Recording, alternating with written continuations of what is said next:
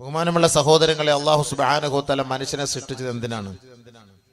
സൂറത്തുൽ മുൽക്കിൽ അല്ലാഹു തആല ആദ്യത്തിലൊരു ആയത്ത്, ആദ്യം മുതൽ അല്ലാഹു തആലയെ പുകഴ്ത്തിയിട്ട് പടച്ചവൻ പറയുന്നു, അല്ലാഹു തആല ജീവിതവും മരണവും ഒരു പരീക്ഷണ വസ്തുവാക്കി മാറ്റി. ബിസ്മില്ലാഹിർ റഹ്മാനിർ റഹീം. തബാരകല്ലദീ ബിയദിഹിൽ മുൽക് വഹുവ അലാ കുല്ലി ഷൈഇൻ ഖദീർ. الذي خلق الموت والحياة ليبلوكم أيكم أحسن عملا وهو العزيز الغفور. അല്ലാഹു പരിശുദ്ധനാണ്, അതിപരാശക്തിയാണ്. ഈ ലോകത്തിന്റെ ഉടമസ്ഥാവകാശം അവന്റെ കൈകളിലാണ്. സർവവസ്തുക്കളുടെയും അധീക്ഷാധികാരിയും പടച്ചവൻ തന്നെ. അവൻ തന്നെയാണ് മരണത്തെയും ജീവിതത്തെയും ഒരു ചോദ്യചിഹ്നമാക്കിയവൻ. അവൻ തന്നെയാണ് മരണത്തെയും ജീവിതത്തെയും ഒരു പരീക്ഷണ വസ്തുവാക്കി മാറ്റിയവൻ. الذي خلق الموت والحياة ليبلوكم أيكم أحسن عملا. അവനാണ് മരണത്തെ സൃഷ്ടിച്ചവൻ, അവനാണ് ജീവിതം നമുക്ക് നൽകിയവൻ. ലിയബ്ലുവക്കും, അതിലൂടെ നിങ്ങളെ പരീക്ഷിക്കാൻ. അയ്യുക്കും അഹ്സനു അമലാ, ഈ മരണത്തിൽ നിന്ന് പാഠം ഉൾക്കൊണ്ട് ജീവിക്കുന്നവനാരാണ്? ഇനി ഒരുപാട് സമ്പത്തുകൾ കൊടുത്ത് ഈ ഭൗതികമായ ലോകത്ത് അള്ളാഹുവിനെ മതിമറന്ന് ജീവിക്കുന്നവനുണ്ട്. അവനിലും നിനക്കൊരു പാഠമുണ്ട്. ആ പാഠം മനസ്സിലാക്കി അള്ളാഹുവിനെ അറിയുവാനും അവനിലേക്ക് മടങ്ങുവാനും ആരാണ് യോഗ്യനെന്നറിയാൻ ഈ ദുനിയാവിൽ മരണവും ജീവിതവും ഒരു പരീക്ഷണ വസ്തുവാക്കിയവൻ നാഥനത്രേ. അപ്പൊ തീർച്ചയായിട്ടും നമ്മൾ പരീക്ഷിക്കപ്പെടും. അള്ളാഹു പറഞ്ഞ വാക്കാണ്. ആദ്യം അല്ലാഹു സുബ്ഹാനഹു വ തആല ഇവിടെ പറഞ്ഞത് അല്ലദീ ഖലഖൽ മൗത എന്നാണ്. ഖലഖൽ മൗത രണ്ടാമതാണ്, വൽ ഹയാത്ത പറഞ്ഞത്. ആദ്യം മൗത മരണം, രണ്ടാമതാണ് ഹയാത്ത് ജീവിതം. അപ്പൊ മരണമാണ് തുടക്കം ഓർത്തോളി.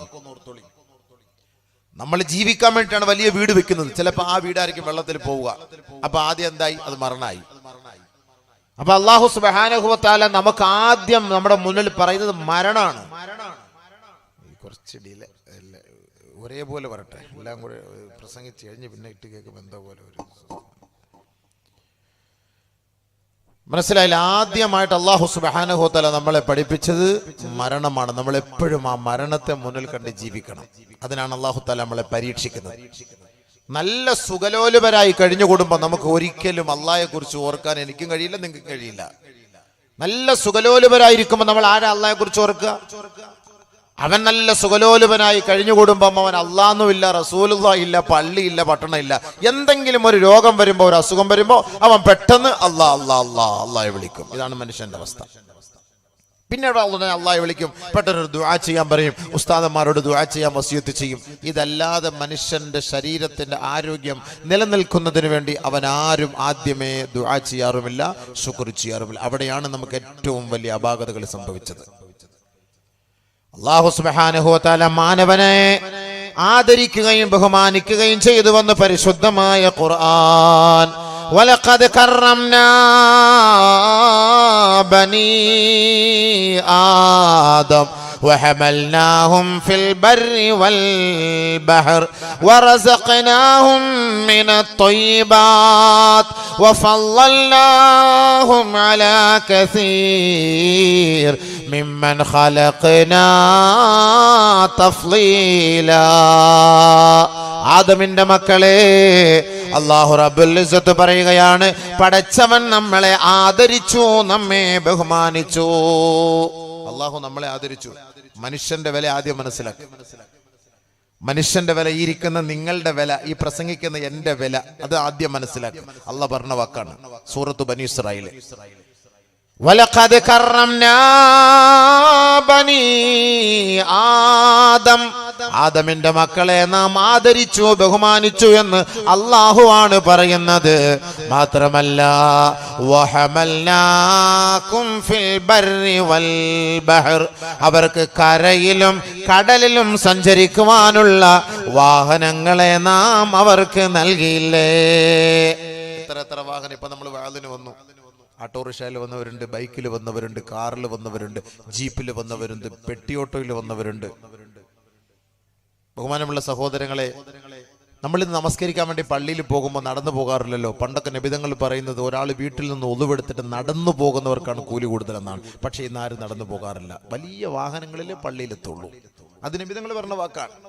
ഹബീബായ റസൂലുള്ളാഹി സ്വല്ലല്ലാഹു അലൈഹി വസല്ലമ തങ്ങൾ പറഞ്ഞു, ലാ തഖൂമുസ്സാ, ലോകമസ്തമിക്കുകയേ ഇല്ല, ഹത്താ യർകബന്നാസു അലൽ മയാസിർ, ജനങ്ങൾ ആഡംബര വാഹനങ്ങളിൽ യാത്ര ചെയ്ത് വയഅതൂന അലാ അബ്വാബിൽ മസാജിദ്, നമസ്കരിക്കാൻ വേണ്ടി വാഹനങ്ങളിൽ പള്ളിയുടെ തിരുമുറ്റത്തിലേക്ക് വരുന്ന ഒരു കാലം സംജാതമാകാതെ ലാ തഖൂമുസ്സാ, ലോകമസ്തമിക്കുകയേ ഇല്ല.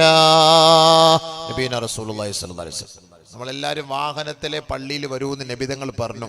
ഇന്ന് അങ്ങനെയല്ലേ? നടന്നു പോകുന്നവരാരാ? ഇനി നടന്നു പോകാൻ നമ്മൾ നടന്നു പോകാൻ തീരുമാനിച്ച ഭാര്യ പറയും, നിങ്ങൾ നടന്നു പോലെ പേപ്പട്ടിയുണ്ട്, നായുണ്ട്, ശല്യമാണ്, നിങ്ങൾ അതുകൊണ്ട് ബൈക്ക് എടുത്തിട്ട് പോ, അല്ലെങ്കിൽ കാർ എടുത്തിട്ട് പോന്ന് പറയും. നടക്കൂല.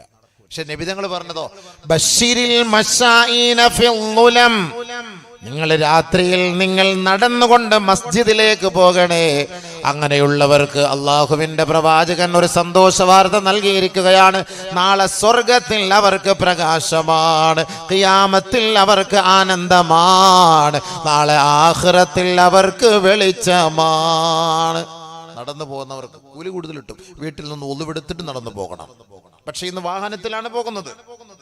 ശരിയായിക്കോട്ടെ, വാഹനത്തിൽ പോയതുകൊണ്ട് കൂലിയൊന്നും കുറയൂല, അത് കൂലി കിട്ടുക തന്നെ ചെയ്യും. പക്ഷെ നബിതങ്ങൾ പറഞ്ഞത് ശരിയല്ലേ? ഖിയാമത്ത് നാൾ വരുമ്പോ, ഖിയാമത്ത് നാളിന്റെ അടയാളവുമായി ബന്ധപ്പെട്ട് നബിതങ്ങൾ പറഞ്ഞു, ആ ഖിയാമത്ത് നാള് വരുന്നതിന് മുമ്പ് എന്റെ സമുദായം വലിയ വലിയ വാഹനങ്ങളിൽ യാത്ര ചെയ്ത് മസ്ജിദിലെത്തും, പള്ളിക്കൽ നിസ്കരിക്കാൻ വരും. അല്ലാഹു റസൂൽ പറഞ്ഞ വാക്കതാണ്. അപ്പൊ ബഹുമാനമുള്ള സഹോദരങ്ങളെ, അല്ലാഹു സുബ്ഹാനഹു വ തആല നമുക്ക് യാത്ര ചെയ്യാൻ കടലിലും കരയിലും, കടലിലോ സ്പീഡ് ബോട്ട് ഉണ്ട്, ആഡംബര കപ്പലുകളുണ്ട്, ഒരുപാട് അനുഗ്രഹങ്ങൾ കടലിൽ. അതിലേക്ക് നമ്മൾ കടന്നാൽ ആ വിഷയത്തിലേക്ക് അങ്ങനെ അങ്ങോട്ട് പോകട്ടെ. എന്തായാലും വഹമൽനാഹും ഫിൽ ബർരി വൽ ബഹർ, അല്ലാഹു തആല കടലിലും കരയിലും യാത്ര ചെയ്യാൻ അല്ലാഹു തആല സൗകര്യം നൽകി. എന്നിട്ട് അല്ലാഹു തആല മറ്റൊരു വാക്കോടെ, വെറുതെ അല്ല, വറസഖനാഹും മിനത് ത്വയ്യിബാത്ത് വറസഖനാഹും മിനത് ത്വയ്യിബാത്ത്, നിങ്ങൾക്ക് കഴിക്കാനുള്ള ഭക്ഷണം, വിഭവസമൃദ്ധമായ ഭക്ഷണം നാം നിങ്ങൾക്ക് ഒരുക്കിയില്ലേ, നൽകിയില്ലേ. നല്ല നല്ല ഭക്ഷണം തരണം അള്ളാഹ് പറഞ്ഞിട്ടുണ്ട്. ചുമ്മാ കണ്ട പാമ്പിനെയും ചേരയും പട്ടിയെയും പന്നിയെയും പൂച്ചയും പിടിച്ച് തിന്നിട്ട് രോഗങ്ങൾ പിടികൂടും. ചൈനയിലും മുസ്ലിങ്ങൾക്ക് രോഗം ഉണ്ടാകുന്നില്ല. അതുകൊണ്ട് പുതിയ റിപ്പോർട്ട് അനുസരിച്ച് ഒരുപാട് പേര് ഇസ്ലാമിലേക്ക് കടന്നു വരുന്നു. പുതിയ റിപ്പോർട്ടാണ്. ഇപ്പൊ 20 ലക്ഷം പേരൊക്കെ വന്നെന്നാണ്. 20 ലക്ഷത്തോളം പേര് ഇസ്ലാമിലേക്ക് കടന്നു വന്നു. ഇസ്ലാമിനെ കുറിച്ച് വളരെ മോശമായിട്ട് പറയുകയും പള്ളികൾ പൂട്ടിക്കുകയും ആലിമീങ്ങളെ തെരുവിലിറക്കുകയും ഖുർആൻ മുഴുവൻ കത്തിക്കുകയും ചെയ്ത പ്രൈം മിനിസ്റ്റർ ഓരോ മസ്ജിദ് കയറി ഇറങ്ങിയിട്ട് പ്രാർത്ഥിക്കണേ എന്ന് പറയാ. പണ്ട് ഫിറോൻ മൂസാ നബി എതിർത്തതുപോലെ അവസാനം മൂസാ നബിയുടെ കാല് പിടിച്ച് ഫിറോൻ പറഞ്ഞതുപോലെ ഇത് തന്നെയാണ് ലോകം. അതാണ് ഞാൻ പറഞ്ഞത്, ഇന്നത്തെ സാഹചര്യം ഖുർആനുമായിട്ട് ഞാൻ ബന്ധപ്പെടുത്തി തരാം, നമ്മൾ മനസ്സിലാക്കാൻ പറ്റും. തെളിവാണ്. പണ്ടൊക്കെ ഒരു ഉസ്താദന്മാര് പ്രസംഗിക്കുമ്പോ അയാൾ ചുമ്മാ വെറുതെ അമേരിക്കയിൽ നിന്ന് ലണ്ടനിൽ നിന്ന് യൂറോപ്പിൽ നിന്നൊക്കെ പറയും. ഇപ്പൊ കള്ളം പറയാൻ പറ്റൂലല്ലോ, വാട്സപ്പ് ഉണ്ടല്ലോ. ഇപ്പൊ ഈ പറയുന്നതൊക്കെ യാഥാർത്ഥ്യമാണല്ലോ. പിന്നെ നമുക്ക് കിട്ടാത്തത് ഖുർആനാണ്. ഈ ഖുർആനുമായിട്ട് നമ്മൾ ബന്ധിപ്പിക്കുമ്പോൾ അള്ളാന്റെ റസൂല് പറഞ്ഞത് ആണ് ഇവിടെ നടക്കാൻ പോകുന്നത്, അല്ലാത്തോ നടക്കൂല. ഇതുപോലെ മാരകമായ രോഗങ്ങൾ ഉണ്ടാകുമെന്ന് നബി തങ്ങൾ പറഞ്ഞല്ലോ. അതെന്താ നമ്മൾ മനസ്സിലാക്കാത്തത്? അതിന് പരിഹാരവും നബി തങ്ങൾ പറഞ്ഞു. നമ്മളിത് സ്വീകരിക്കാത്തതിന് ഇപ്പം എന്ത് ചെയ്യാൻ പറ്റും? അല്ലാഹുവിന്റെ റസൂലിനെ കുറ്റം പറഞ്ഞിട്ട് കാര്യമില്ല. മുൻകാലഘട്ടങ്ങളിൽ കേട്ട് കേൾവി പോലുമില്ലാത്ത മാരകമായ രോഗങ്ങൾ ഈ ലോകത്തിലുണ്ടാകുമെന്നും അതിലൂടെ ധാരാളം മരണം സംഭവിക്കുമെന്നും ഹബീബുനാ റസൂലുള്ളാഹി 5 കാര്യങ്ങളെ കൊണ്ട് ലോകത്തോട് അല്ലാഹുവിന്റെ റസൂൽ മുന്നറിയിപ്പ് നൽകിയിട്ട് ഹബീബായ തങ്ങൾ പറയുകയാണ് അഊദു ബില്ലാഹ് അൻ തുദ്രികൂഹുന്ന. അല്ലാഹുവേ ഈ മാറാവ്യാധികൾ നൽകി എന്റെ സ്വഹാബത്തിനെ പരീക്ഷിക്കരുതേ അല്ലാഹ്. നബി തങ്ങൾ അവിടെ ജാമ്യം എടുത്തു. സഹാബത്തിനെ പരീക്ഷിക്കല്ലേ പടച്ചവനെ, ജാമ്യം എടുത്തു. സഹാബത്തിനെ നീ പരീക്ഷിക്കല്ലേ പടച്ചവനെ, എന്റെ സഹാബത്തിനെ പരീക്ഷിക്കല്ലേ പടച്ചവനെ. 5 കാര്യങ്ങൾ ലോകത്തോട് അല്ലാഹുവിന്റെ റസൂൽ പറഞ്ഞിട്ടാ പോയത്. അതിൽ ഒന്നെന്താണ്? ലം തൽഹരിൽ ഫാഹിഷതു ഫീ ഖൗമിൻ ഖത്ത് ഹത്താ യുഅ്ലിനു ബിഹാ ഇല്ലാ ഫശാ ഫീഹിമുത് താഊൻ വൽ ഔജാ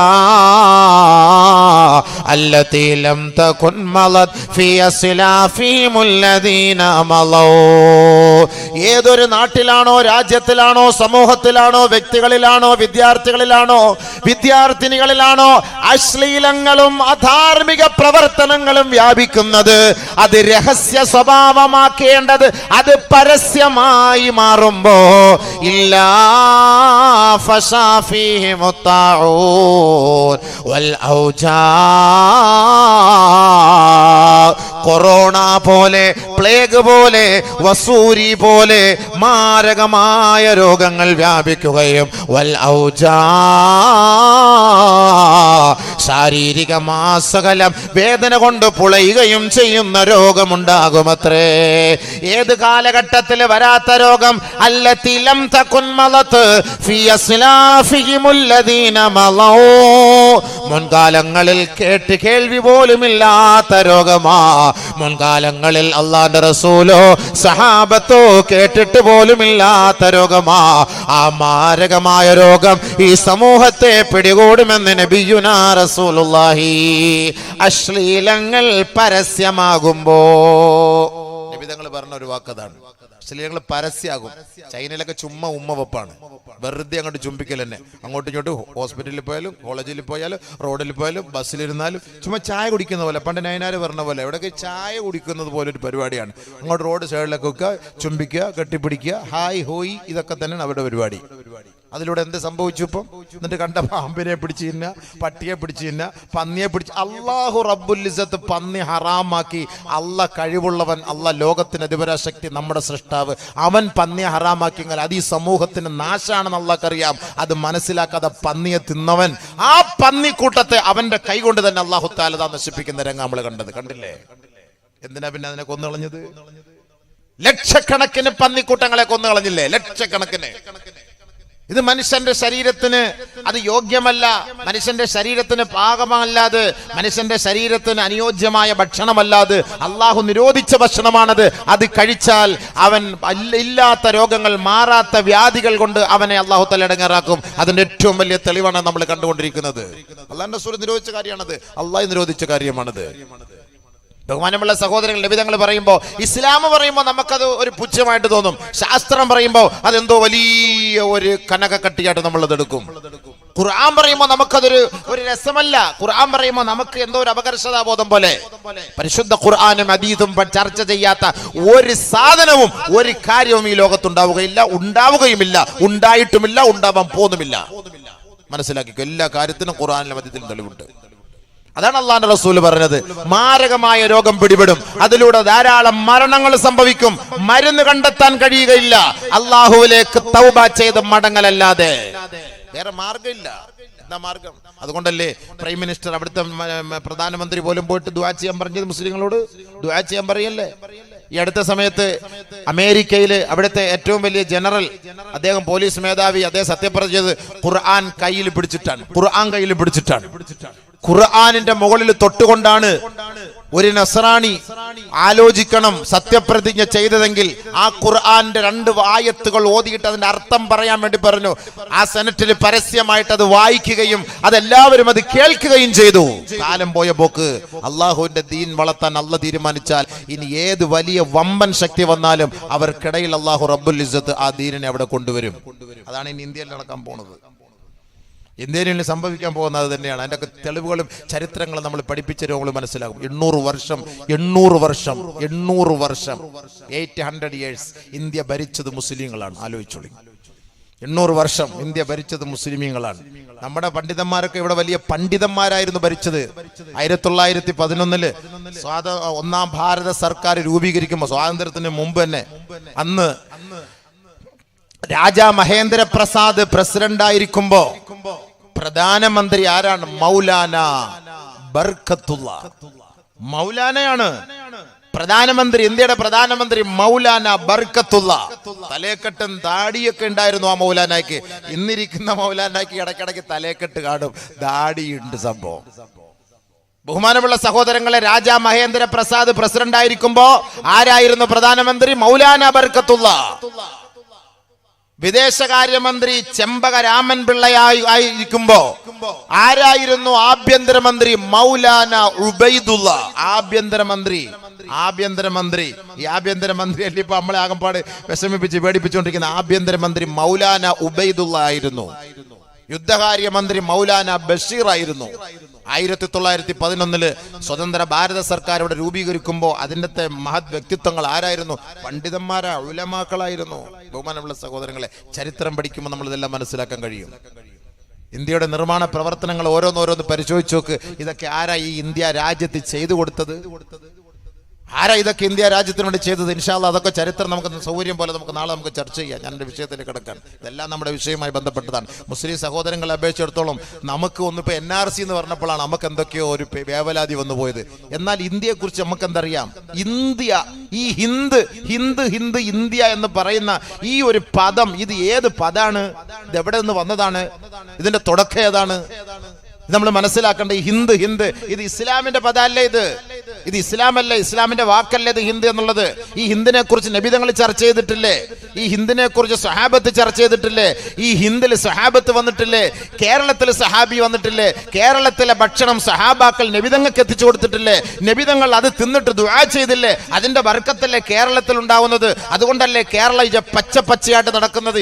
എന്തുകൊണ്ടാണ് കേരളത്തെ ഖൈറുള്ള ഗോഡ്സ് ഓൺ കൺട്രി എന്ന് യൂറോപ്യൻകാർ പോലും പറയാനുള്ള കാരണം എന്താ? അറബികൾ ഇവിടെ വന്നു, ഖൈറുള്ള, ഇവിടുത്തെ അനുഗ്രഹങ്ങൾ കണ്ടിട്ട് ഖൈറുള്ള, അള്ളാന്റെ ഖൈറുകൾ ലഭിച്ച നാടാണ് ഇത് എന്ന് മനസ്സിലാക്കുകയും ഇന്നും അറബികൾ ഈ കേരളത്തിൽ വന്ന് കാലുകുത്താനുള്ള കാരണം ആ ഹബീബായ തങ്ങളുടെ ദുആയാണ്.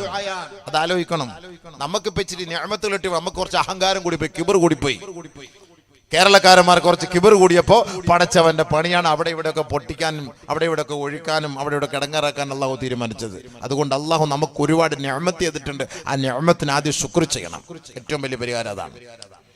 അതുകൊണ്ടാണ് അല്ലാഹു തആല പറഞ്ഞത് വറസഖ്നാഹും മിനത്തയ്യിബാത്ത്.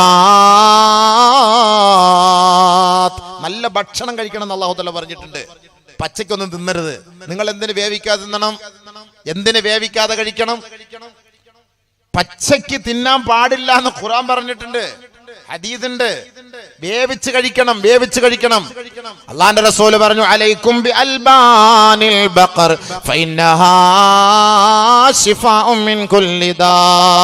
പശുവിന്റെ പാല് നിങ്ങൾ കുടിക്കണേ, അതിലും പല രോഗങ്ങൾക്കും പരിഹാരമാണ്, മരുന്നാണെന്ന് നബിയുനാ റസൂലുള്ളാഹി സ്വല്ലല്ലാഹു അലൈഹി വസല്ലം. പശുവിന്റെ പാല് കുടിക്കണം. പശുവിന്റെ പാല് കൊണ്ട് ചായ ഉണ്ടാക്കണം. പാൽ പൊടിയിട്ടല്ല ചായ ഉണ്ടാക്കേണ്ടത്. ഇപ്പൊ പറയും പശുവിന്റെ പാലിൽ നിന്ന് ഉണ്ടാക്കിയതല്ല പാൽപ്പൊടി, അതൊക്കെ ഒരുപാട് ഹിക്മത്തുകളൊക്കെ ചേർത്തിട്ട് അങ്ങനെ ഉണ്ടാക്കുന്നത്. ഒറിജിനൽ പാല് കുടിക്കണം എന്ന് നബിതങ്ങൾ പറഞ്ഞ വാക്കാണ്.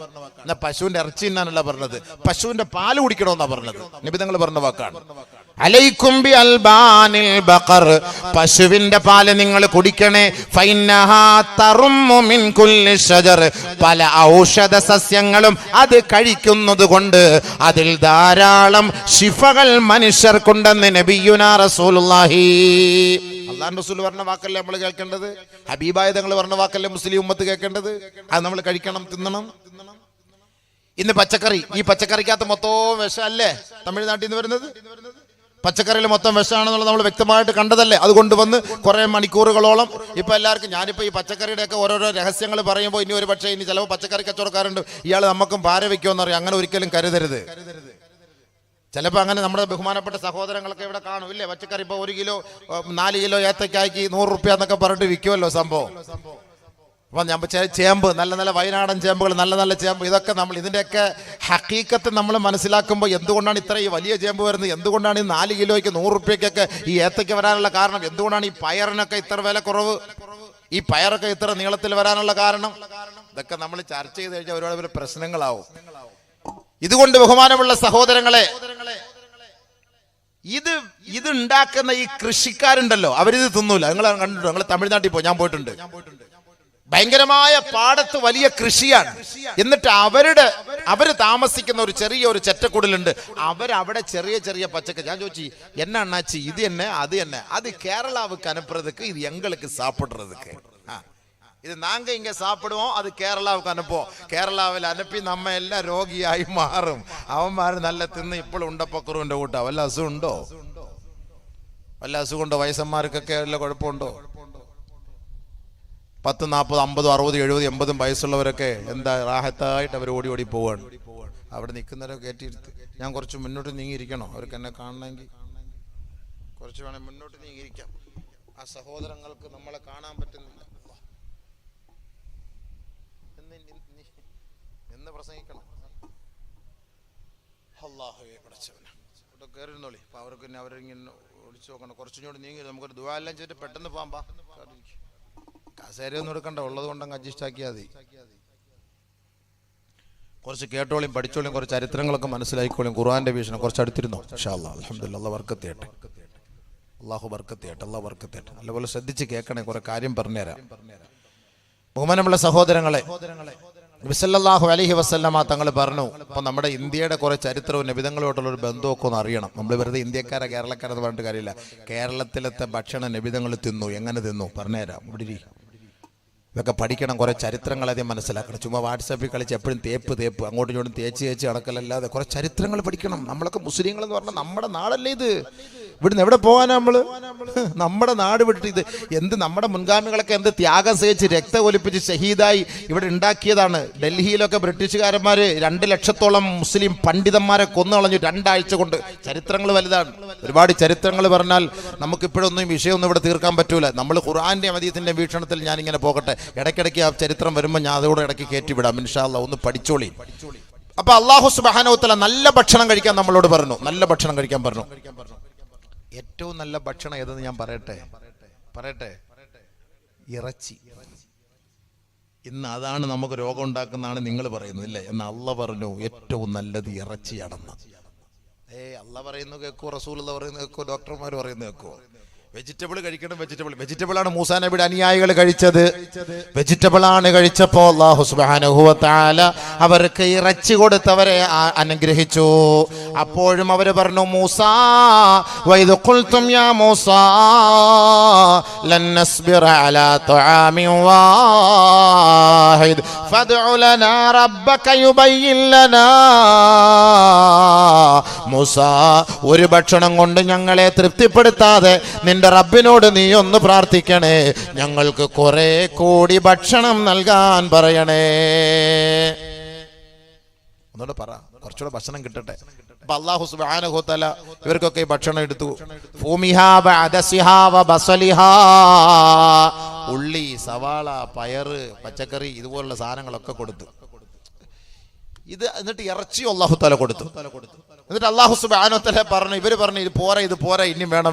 അപ്പൊ അല്ലാഹു തആല പറഞ്ഞ വാക്ക്, ഖാലാ തസ്തബ്ദിലൂനല്ലദീ ഹുവ അദ്നാ ബില്ലദീ ഹുവ ഖൈർ. ഇസ്രായേലി സമൂഹമേ, നിങ്ങൾ കഴിച്ചുകൊണ്ടിരിക്കുന്ന വെജിറ്റബിളിനേക്കാൾ ശ്രേഷ്ഠമായ ഭക്ഷണമാണ് നിങ്ങൾക്ക് നാം നൽകിയത്, അതായത് മാംസാഹാരം. അല്ലാഹ് പറഞ്ഞ വാക്കാ ഇറച്ചിയാണെന്ന്. ഏറ്റവും നല്ല ഭക്ഷണം ഇറച്ചിയാൽ നല്ല ശരിയാ, അതിനകത്ത് മായമില്ലല്ലോ. കുത്തിവെച്ചാൽ അത് ചത്തുപോകും. അപ്പൊ അതുകൊണ്ട് കൂടുതൽ കുത്തിവെച്ച് ഇക്കുമത്ത് കാണിക്കാൻ പറ്റില്ല. പിന്നെ ഈ കോഴിക്കകത്തൊക്കെയാണ് കുത്തിവെക്കൽ പരിപാടികളൊക്കെ ഉള്ളത് സംഭവം. അതുകൊണ്ട് ചെറിയ കോഴികളെയാണ് ചിലർ കഴിക്കുന്നത്. കാരണം ഇത് കുത്തിവെക്കുന്നതിന് മുമ്പ് അതിനൊരു ചെറിയൊരു സമയപരിധിയുണ്ട്. അതുകൊണ്ടാണ് ഈ കോഴികളൊക്കെ കൂടുതൽ കഴിച്ചിട്ട് നമ്മുടെ കുട്ടികളൊക്കെ ബബിൾസ് പോലെ ആയി പോകുന്നത്. അതിലേക്ക് ഇനി കിടക്കണ്ട, പോകട്ടെ. ഇനി അവസാനം ഇനി കോഴിക്കച്ചവടക്കാർക്ക് ഇയാളെ കൊണ്ടുവന്നിട്ട് നമുക്ക് പാര വയ്ക്കുമെന്ന് പറയും. അതുകൊണ്ട് പോട്ടെ, അതിൻ്റെ ഇക്കുമത്തുള്ളൊന്നും ഞാൻ പറയുന്നില്ല സംഭവം. പക്ഷെ കോഴിയില്ല നമുക്ക് ജീവിക്കാനും പറ്റില്ല. പൊരിച്ച അൽഫാമൊന്നും ഇല്ലെങ്കിൽ നമ്മുടെ ജീവിതം പിന്നെ കട്ടപ്പൊക്കെയല്ലേ. മന്തി, കോഴി മന്തി ഇല്ലെങ്കിൽ നമ്മുടെ കാലിൽ മന്തി പിടിക്കുന്ന പോലെ ആയിപ്പോ സംഭവം. അതില്ല, ഇന്ന് കുട്ടികൾക്ക് തന്നെ കോഴി എന്ന് പറഞ്ഞാൽ എന്ത് വേണമെങ്കിലും അവർ തിന്നാൻ തയ്യാറാണ്. വേറെ ഒന്നും വേണ്ട, കോഴി എന്ന് പറഞ്ഞാൽ എന്ത് വേണം തിന്നാൻ തയ്യാറാണ്. എന്നാൽ അള്ളാന്റെ റസൂൽ ഇഷ്ടപ്പെട്ടത് ആടായിരുന്നു. ആടിൻ്റെ ആ വലത് കൈ, ആ ഭാഗം നബി തങ്ങൾക്ക് ഭയങ്കര ഇഷ്ടമാണ്. ആടിൽ ഒരുപാട് ഗുണങ്ങളുണ്ട്. ആയുർവേദ ഡോക്ടർമാർ പറയും പഥ്യം ഉണ്ടല്ലോ, നമ്മൾക്ക് പഥ്യം മരുന്ന് കഴിക്കുമ്പോൾ പഥ്യം, അവർ പറയും ഇറച്ചിയോ മീനൊന്നും കഴിക്കാൻ പാടില്ല, പിന്നെ വലിയ ബുദ്ധിമുട്ടാണെങ്കിൽ ആട്ടിറച്ചി കഴിച്ചോളാൻ പറയും, ആട് കഴിക്കാൻ പറയും. നബിയുനാ റസൂലുള്ളാഹി സ്വല്ലല്ലാഹു അലൈഹി വസല്ലമ തങ്ങൾ പറഞ്ഞു, സയ്യിദു ഇദാമി അഹ്ലിൽ ജന്ന അല്ലഹ്മു, സ്വർഗത്തിലെ ഭക്ഷണത്തിന്റെ നേതാവ് അത് ബീഫാണ്, അത് ഇറച്ചിയാണ്, മാംസാഹാരമാണെന്ന് നബിയുനാ റസൂലുള്ളാഹി. അതുകൊണ്ട് സ്വർഗത്തിലെ മക്കളായ മുസ്ലിങ്ങൾ കഴിക്കുന്നത് ബീഫാണ്. മനസ്സിലായില്ലേ? സ്വർഗത്തിലല്ലാത്തവർ ഇത് ചിലപ്പോൾ കഴിക്കാൻ ഇഷ്ടപ്പെടുകയില്ല. ഇതൊക്കെ ഒരുപാട് ഇസ്തിംബാത്തുകളുണ്ട്. ഇതുകൊണ്ട് ഒരുപാട് ഇസ്തിംബാത്തുകളുണ്ട്. നമ്മൾ ചർച്ച ചെയ്യുമ്പോൾ ഒരുപാട് ഇസ്തിംബാത്തുകളുണ്ട്. സ്വർഗത്തിലെ ഭക്ഷണം ഇറച്ചിയാണെന്ന് നബിതങ്ങൾ പറഞ്ഞ വാക്കാണ്. എന്നിട്ട് അല്ലാഹുവിന്റെ റസൂൽ പറയുകയാണ്, ഞാൻ ഒരു ആഡംബരം ജീവിതത്തിൽ ആഗ്രഹിക്കുന്നില്ല. അങ്ങനെ ആഗ്രഹിക്കുമായിരുന്നുവെങ്കിൽ അള്ളാഹുവിനോട് ഞാൻ ദിവസം തോറും ചോദിക്കുമായിരുന്നു, പടച്ചവനെ എനിക്ക് നീ എല്ലാ ദിവസവും ഇറച്ചി നൽകണേ അല്ലാ. അല്ലാഹുവിന്റെ റസൂൽ പറയാണ്, ഒരു പക്ഷെ അത് ചോദിച്ചാൽ ഒരു ആഡംബരമായി പോകും. എല്ലാ ദിവസവും മുഹമ്മദ് നിനക്ക് ഇറച്ചി വേണമില്ലേ? അതൊരു ആഡംബരമല്ലായിരുന്നുവെങ്കിൽ ഞാൻ ദിവസേന നബിതങ്ങൾ അള്ളാഹുവിനോട് ചോദിക്കുമായിരുന്നു, എനിക്ക് ഇറച്ചിതാ പടച്ചവനെ, ഇറച്ചിതാ പടച്ചവനെ, ഇറച്ചിതാ പടച്ചവനെ എന്ന് ചോദിക്കുമായിരുന്നു. ബഹുമാനമുള്ള സഹോദരങ്ങളെ, കഴിക്കണം, പക്ഷേ അമിതമാകരുത്. അതാ അള്ളാഹ് പറയുന്നത് ഇറച്ചി കഴിച്ചത് കൊണ്ട്. ഇപ്പം ശരി, ഇപ്പൊ ഉദാഹരണം ഞാൻ പറയട്ടെ. ഇപ്പൊ എന്താ LSHC എന്താണ് പുതിയൊരു സിസ്റ്റം തുടങ്ങിയിട്ടില്ലേ വണ്ണം കുറയ്ക്കാൻ വേണ്ടിയിട്ട്? അതിന്റെ ആഹാരം എന്താ? അരി ആഹാരം ഒഴിവാക്കുക, ഇറച്ചി മാത്രം തിന്നുക. മനസ്സിലാവുന്നില്ല? അപ്പൊ അതിന്റെ അർത്ഥം എന്താ? എന്തിനാ ഇപ്പൊ വേറെ ഞാൻ മുസ്ലിയാക്കന്മാർ വെറുതെ കള്ളം പറയാണോ? നമ്മൾ ഈ ഖുർആനും ഹദീസും ഒക്കെ ഓതുമ്പോൾ നിങ്ങൾക്ക് ചിലപ്പോൾ വിശ്വാസം വരില്ല. ഇപ്പോഴത്തെ പുതിയ ഒരു ടെക്നോളജി ഇറങ്ങിയിരിക്കുകയാണ്. ഈ വണ്ണം കുറയ്ക്കാൻ വേണ്ടി, ഭാരം കുറയ്ക്കാൻ വേണ്ടി 60 കിലോക്കാരനൊക്കെ 10 കിലോ കുറച്ചു, 2 ആഴ്ച കൊണ്ട് അല്ലെങ്കിൽ 1 മാസം കൊണ്ട് ഇത്ര കുറച്ചു. എന്താണ് അവരുടെ ഭക്ഷണം? എന്താ? അരിയാഹാരം ഒഴിവാക്കുക, 200 ഗ്രാം 300 ഗ്രാം ഇറച്ചി തിന്നുക. എന്നാ അറ്റാക്ക് വന്ന് അടിച്ചു പോകണ്ടേ? ഈ ദിവസം തോറും ഈ ചങ്ങാതി തിന്നുന്നത്, ബീഫൊക്കെ തിന്നുന്ന കണ്ടു കഴിഞ്ഞാൽ അമ്മക്ക് തന്നെ വിഷമം വന്നു പോകുന്നത്. എന്നിട്ട് ആരെങ്കിലും മരിച്ചു പോയോ? റാഹത്തായിട്ട് അവരത് കഴിക്കുന്നില്ല. അപ്പൊ അതിന്റെ അർത്ഥം എന്താ? ഇതിൽ ഗുണമുണ്ടെന്നല്ലേ? ഖുർആനല്ല ഈ പറഞ്ഞ വാക്ക്. ഇതിൽ ഗുണമുണ്ടെന്ന് നബിതങ്ങളും പറഞ്ഞു, അള്ളാഹുവും പറഞ്ഞു. തീർച്ചയായിട്ടും അതിൽ ഗുണമുണ്ട്. പച്ചക്കറിയെക്കാളും ഗുണമുള്ളത് ഇറച്ചിയാണെന്ന് അള്ളാഹു തആല പറഞ്ഞത്. പച്ചക്കറിയിലത്തെ ഗുണം ഇപ്പൊ എന്താ പ്രശ്നമല്ലേ? ഇപ്പൊ ബ്രാഹ്മണന്മാർക്ക് അറ്റാക്ക് വരുന്നില്ലേ? പച്ചക്കറി മാത്രം തിന്നുന്നവരാണ്. എത്ര പേരുണ്ട് അറ്റാക്ക് വന്നവർ? എത്ര പേർക്ക് മാരകമായ രോഗങ്ങളുള്ളവരുണ്ട്? ക്യാൻസർ പിടിച്ചവരുണ്ട്. ഇറച്ചി തൊട്ടിട്ട് പോലും ഇല്ലാത്തവരാണ്. ഇറച്ചിയിൽ ഒരുപാട് ഔഷധ ഗുണങ്ങളുണ്ട്. ഇറച്ചി വെച്ചല്ലേ പല പല ലേഹ്യങ്ങള്, വേലിയാടിന്റെ രസായനം എന്നൊക്കെ പറഞ്ഞ് ഉണ്ടാക്കുന്ന. പിന്നെ എവിടുന്നാണ്? പോട്ടെ, അങ്ങോട്ടൊന്നും കടക്കുന്നില്ല. അപ്പൊ അതുകൊണ്ട് ഖുർആൻ പറഞ്ഞു, വറസഖ്നാഹും മിനത്വയ്യിബാത്ത്, നല്ല ഭക്ഷണം അല്ലാഹു നിങ്ങൾക്ക് നൽകി. അത് വേവിച്ച് കഴിക്കണം, നല്ലതുപോലെ വേവിച്ച് കഴിക്കണം. ഇപ്പൊ പറയുന്നത് എന്താ? ശാസ്ത്രം പറയുന്നത് എന്താ? നല്ലതുപോലെ വേവിച്ച് തിന്നണേ. അതെ, ചുമ്മാ കടിച്ചു പിടിച്ച് കറുമുറ തിന്നുന്നത്. മുട്ടയൊക്കെ കോഴിക്കൂട്ടി എടുത്തിട്ട് തട്ടുക, പൊട്ടിക്കുക പാടില്ല. മുട്ടയൊക്കെ എടുത്തിട്ട് അങ്ങനെ തട്ടി അങ്ങോട്ട് പച്ചക്ക് അടിക്കല്ലേ. അതേപോലെ